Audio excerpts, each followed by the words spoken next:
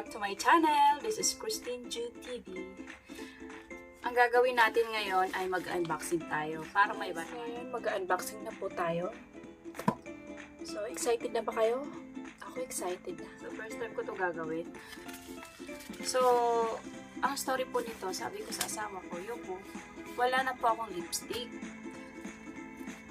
Sabi niya, ang dami mong lipstick, wala ka ng lipstick. Sabi ko, oo nga, wala na po talaga. Pudpud na yung lipstick ko. Sabi niya, bahala ka dyan. So, hindi ko yun mind yung sinabi niya. Pero after 2 days, may dumating sa bahay na maliliit na shiniping. Ayan siya, guys. So, dalawa po yan, guys. Hindi ko alam kung anong laman nito. Pero, ang nasa isip ko, kasi maliit na item. So, it's either lipstick. So,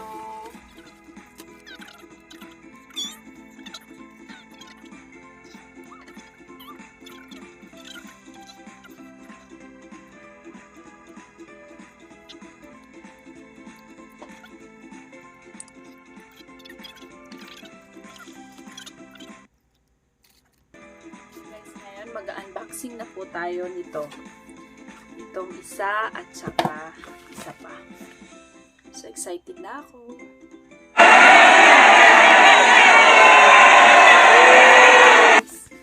Ito na, guys. Bubuksan ko na yung isa. From shipper, The Case Incorporated. MK3 Building. Yung Joo City. Hindi ko alam kung saan to.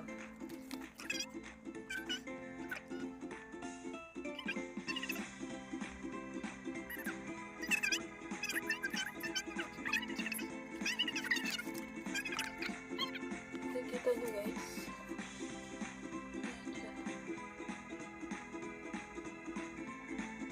Galing Hong Kong pa siya.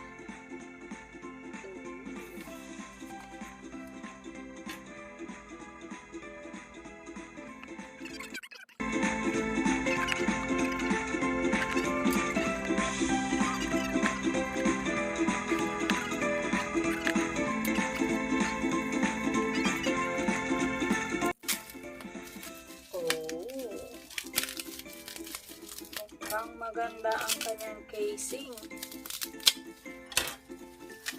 Maganda ang casing niya. May pa-bubbles pa, bubble wrap.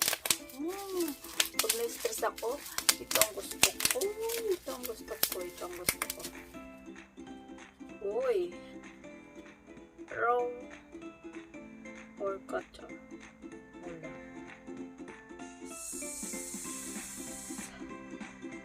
Uy, guys. YSL siya, guys. YSL.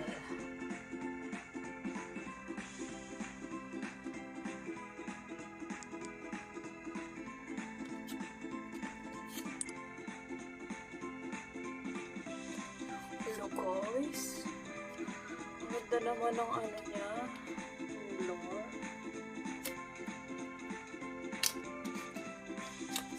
Maganda siya. Uy. YSL siya, guys. Na lipstick. Number 17. Number 17 siya, guys. 17. May YSL ako. Bigay ng friend ko dati. Ganito siya. Yung ano niya. Yung kanyang lagayan. Ito siya, guys. Parang orange. Hindi ko siya type. Pagka-orange. YSL talaga siya, guys. YSL. YSL. Ito siya, guys. Ganda ng kanyang. Try natin, guys.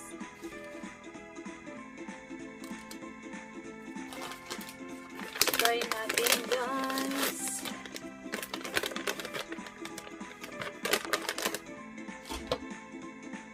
Try Ayan siya, guys.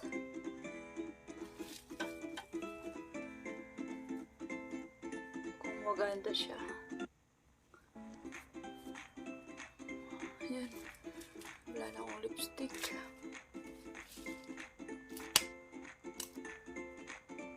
Try natin.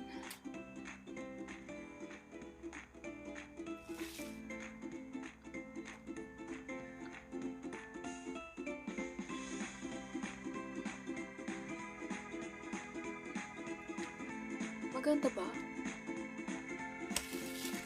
Kagandahan lang niya kasi hindi siya dry. Ano siya? Shiny. Shiny siya, guys. Maganda ba?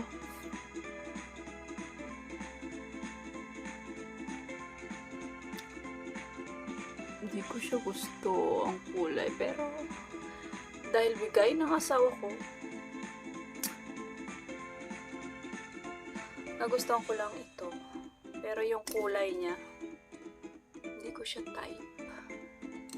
Hindi ko siya type ang color. Gusto ko pink or medyo dark. So, buksan na natin to, guys, yung isa.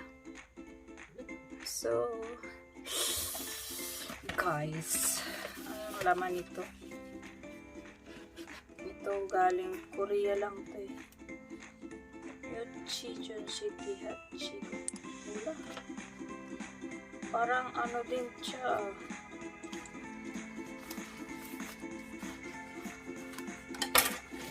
Wala, excited ako. So, basta guys, ang masasabi ko lang pala dito, ang ganda ng packaging niya.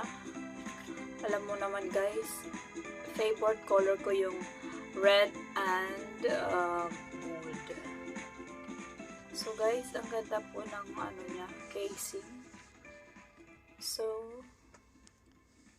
bukod sa gold na, maganda pa ang casing. Yun nga lang, yung color niya, hindi ko siya masyado type. So, kanya-kanya lang po yan. Trip or type na color ng lipstick. So, ito guys, ano kaya to?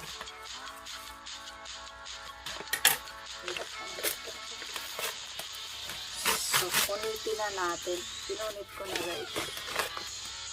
Oh, sira na yung packaging. So guys, ayusin natin kunyari. So, ito dahil hindi siya nakabox. Parehas lang naman siya. Ito number 4. Ito guys, nakikita niya. Number 4, yung isa, nasira na yung packaging. Ito naman 17, hindi ko gusto ang kulay. So, try natin ito. Bakit dalaw yung inado ng asawa ko? Whoa! Woo! YSL. I like it. Alam mo kung bakit. May red siya. Yan ang gusto ko. Yan ang gusto ko. Pag may red, I love. Oh, combination na siya. Yung gusto kong kulay. Red at saka gold. Gold at saka red. Wow. YSL. Sana all. Oh. Ito ang gusto kong kulay. The best. Oh, red siya. Dark na red. Yun siya. Pero dito, medyo light red lang siya. Pero dito, red na red. Sa personal. So, tanggalin ko na ko.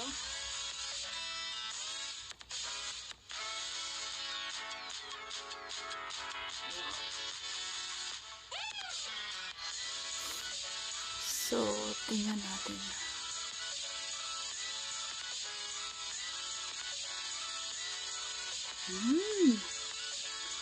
Gusto ko siya.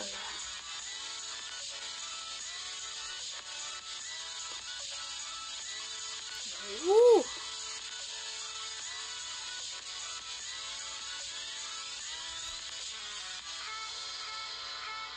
Ang ganda niya. Pero, ano siya, shiny din siya. Ang ganda. Ang ganda niya, guys. I love it.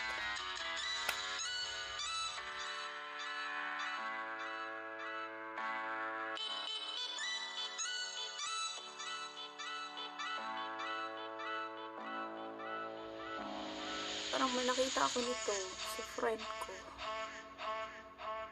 Yeah. Akala ko lahat. Wow. Ang ganda niya, promise. Ganito din yung packaging ng friend ko. My gosh, ang ganda niya. Ang ganda niya, promise. YSL. Nakakalimutan na YSL.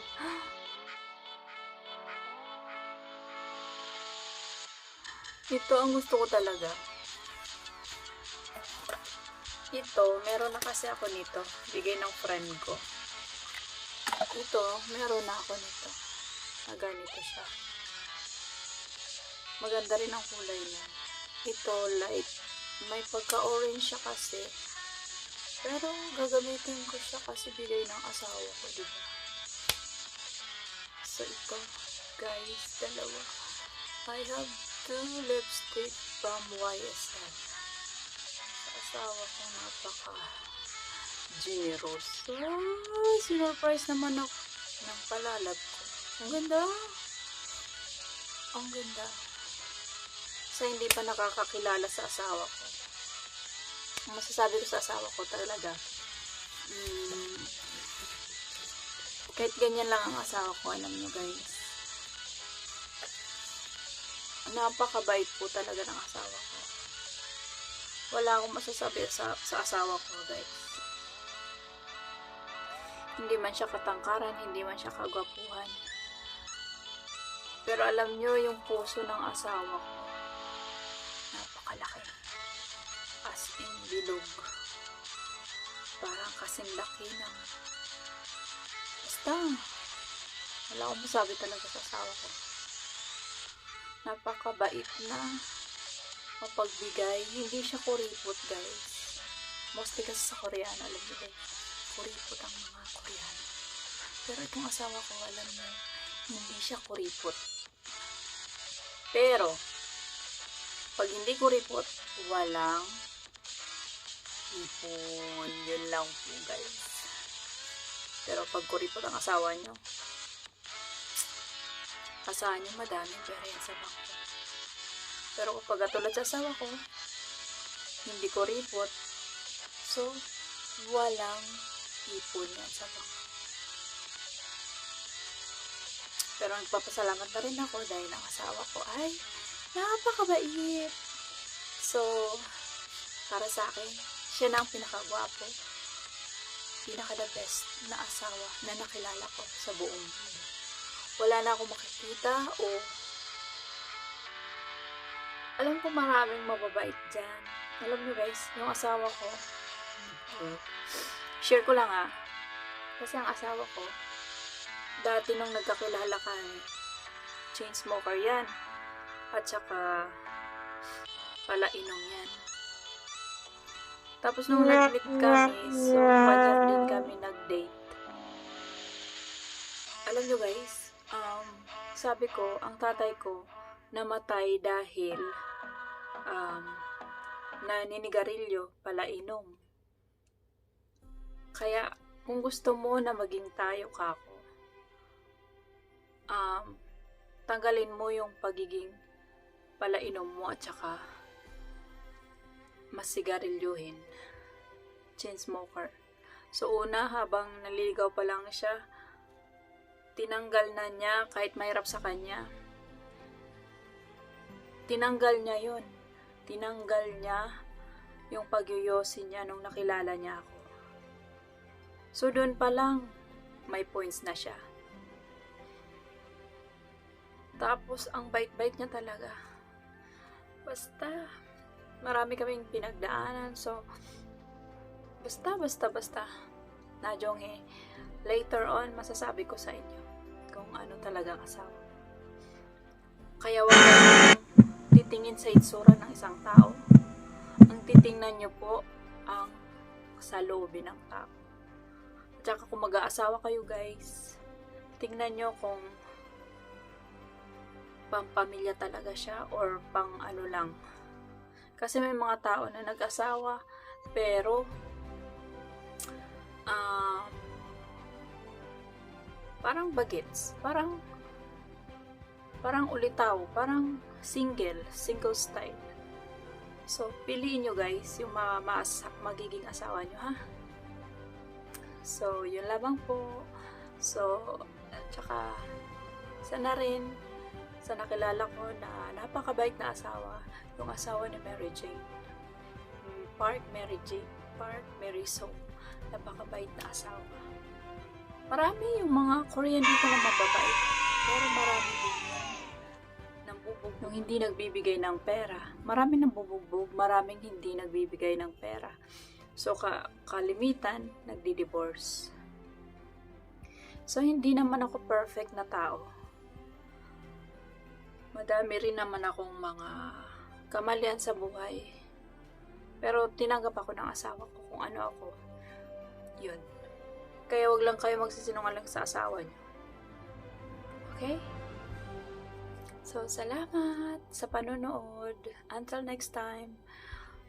Yung mga hindi pa po nakapag-subscribe sa akin, please subscribe and comment below and like po. Salamat guys. Salamat. I love you. Thank you dito, hubby ko. Napakaganda ng aking regalo.